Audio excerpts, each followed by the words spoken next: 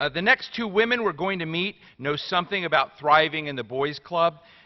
In quotes, the youngest, sassiest, and sexiest owner of an NFL franchise, close quotes, is how NBC described Rita Benson LeBlanc in a Today Show profile. LeBlanc brought the Saints back to New Orleans after Hurricane Katrina ravaged the city. And NASCAR's Lesa Kennedy now runs the motorsports empire built by her grandfather. The sport is growing, and the racetracks are helping transform and revitalize cities. My friend Jonathan Karl of ABC News is with them on stage to learn more. Jonathan? Great. High five. Hello. Well, this is a real treat for me, a lot more interesting than what I do day to day in the White House briefing room. I'm here with the two most powerful women in sports. Very exciting. And not only are you at the top of a profession that we see, it's largely male-dominated. I mean, the NFL and NASCAR have got to be, not only is professional sports male-dominated, but those two sports particularly. But you're also both doing very innovating things in the side of kind of business and community development side of sports. But first, I've got to start with women in sports. Rita, just come right out and tell us, what's it like to be the boss of a 350-pound offensive lineman? What is that relationship like? I mean, can we... I'm older now. First of all, I'm also in a family business, so when I started, a lot of the people that work for us now, I was, a kid. I was 8 years old when my grandfather bought the team.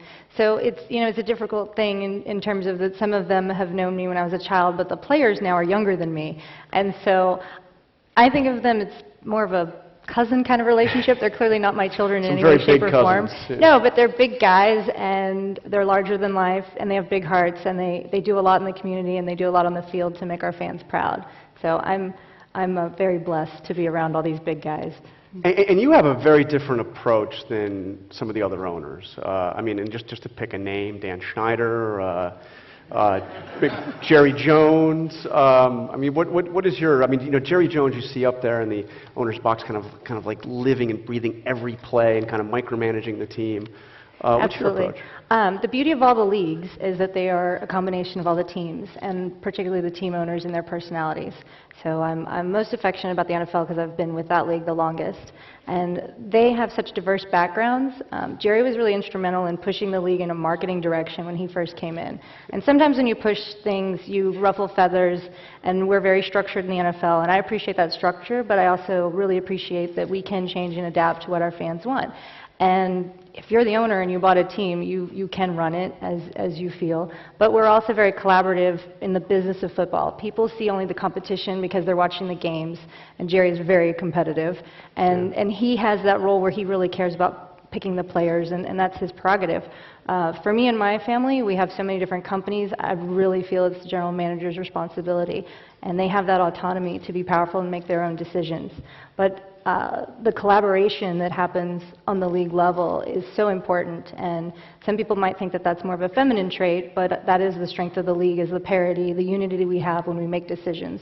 We discuss it, we argue, we fight fearlessly for our beliefs, and yet we all know that we're moving forward in the same direction. So Lesa, NASCAR, one of the fastest growing sports.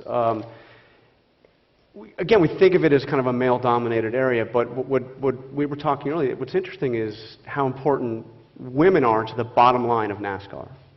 Well, it's changing too, and I think that you bring up a good point. Sometimes it's thought of as a traditionally male-dominated sport, but I started in the 80s with NASCAR. It is a family business, and I've seen dramatic changes, not just on the track. I know that everybody probably has heard of Danica Patrick. She has great star power, and she's really come on the scene and given NASCAR, I think, a whole different face, which is terrific. But there are also some up-and-coming stars as well that are females and really making a positive impact. But it's not just on the track, which you may be more familiar with, it's also the business side, what's going on behind the scenes, what's going on in the boardroom, engineers, NASCAR officials that are out on pit road and really participating and hands-on in the sport. So dramatic changes and really making a difference for all of us. And what about your fan base? Our fan base is about 45% women, and I think that surprises people a lot of times as well, but we have a very strong female fan base. So obviously, Rita, you've come through. It's been a pretty rough year for the NFL. I mean, it's been a great year for ratings and for the bottom line, but it's been a rough year on the, certainly on the public relations front. Do you think that the NFL could have come through some of what we've been through this year looking better if there had been more women in leadership in the NFL? Well, Lesa and I are biased. We think that if there are more women involved in the conversation, then that does strengthen every conversation. I think it's very important that we have a role that we can mentor and we can pull up others. And also, I think because everything is so focused on the men that play the game, that the usual people don't understand that there are a lot of women, particularly on the club level, where you're actually impacting and have the face-to-face interaction with our fans and our players and our community. So what I appreciate are those feminine traits that have resulted from this. You can't go through Katrina and not turn a negative into a positive. So this is a very important time for us to discuss social issues. And women tend to be more collaborative, empathetic, and share more. And embracing people that deal with tough issues, but keeping them within the family and dealing with those issues and improving society as a whole, I think that we will see more women involved and we will do better. And how important? So it's obviously it's sports, it's entertainment, but how important is that kind of role model function that sports play? I mean, kids, and not just kids, but look up, to your players, to your drivers, and see them as more than just somebody going out and competing on a given day. Well, I would like to go back to what we're all about, and when you talk about women in our sport, our fan day, when you arrive at the track, it's a full day of activities, not just for the male that's going to watch the races, but also the female fan. Sport. So you're trying to entertain families all day long and provide great value. And Rita talked about a different perspective. So I think when we have women that are in the business side of it, we can also discuss what's important to the fan from our perspective, and what's going to bring that family in and what's going to attract that family to come and spend all day with you. A lot of opportunities and options out there, and I think it's up to us to understand that and to be able to deliver the guest experience for our fans. So, Well, just to touch on the youth programs, NASCAR and football and basketball. We also have the New Orleans NBA. Pelicans and the NBA. So much that we've done in terms of building grassroots programs, whether that's the fields and the courts that go in, but unifying our community in that way. One of the things I've been very proud of is that it used to be they were most interested in the player, and then after we won the Super Bowl ring and I had my ring on my hand, it was remarkable how kids would run up to me in the ring instead. And so for little girls, I could say, see, you don't have to be a football player to get a ring. You can be a girl, but even for the boys, if you stay in school and you get a job, you can be a part of the overall business and the plan of that. And it really just takes speaking to them and talking and having. And it's amazing that they can idolize those players and they may aspire to be athletes, but the vast percentage of us aren't going to be an elite athlete.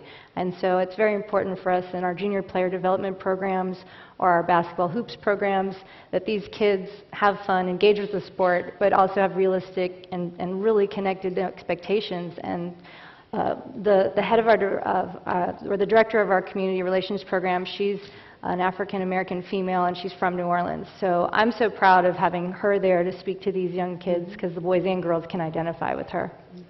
And Rita and I were talking earlier, too, about how we can use our sport and also our businesses to be able to educate. And there's so many educational opportunities that make, reading and writing and math, engineering just a little bit sexier to the students as they go forward. So we have programs as well, and I know Rita does, but we're very proud of that, and we had a chance to talk about it earlier, so it was fun to compare notes. Well, they have STEM, and one of our sponsors added an A for the arts, so we have STEAM in New Orleans. So it's just the commonality of sports and focusing on science, technology, I should remember them better. But in mathematics and all the things that they should be learning, but to use that in sports examples. So in NASCAR they use the car, and in our new renovations for the Smoothie King Center, we use the football examples. So it's the sneakers and the technology in that, and then just the leap and showing what the players can do and what these kids can do. So, but sports is such a unifying element. Clearly we all watch it, but it's expanding your program so that that touch comes home. And I think because you're focused so much on the game a lot of times, that's a very masculine thing as far as competition and winning and being aggressive to hit the top. Whereas with females or feminine traits, you tend to be more collaborative. So, but you want to win too. Yeah, we want to win, but when you're in it as long as we are, there are a lot of people who win, and you have to be happy with the experience that you offer. And so, Lisa, you might want to talk to that. It is more entertainment than sports these days.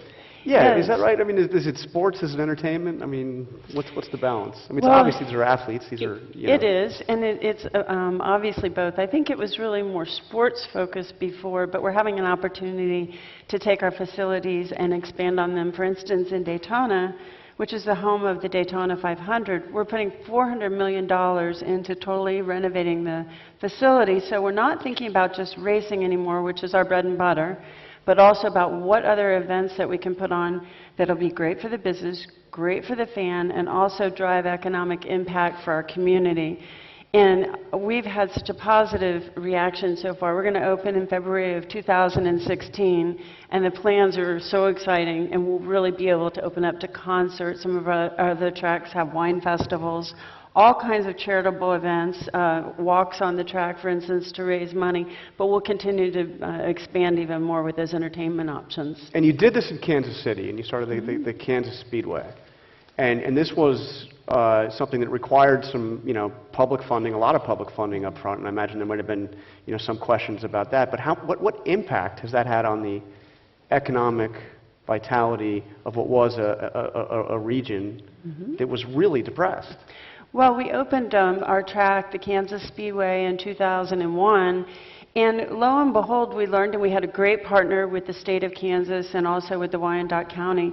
So we got together and we figured out there was a blighted area, and it was going backwards, rapidly backwards. It was there was nothing there whatsoever. There was only $265,000 a year that they were collecting in taxes from that property in the surrounding area.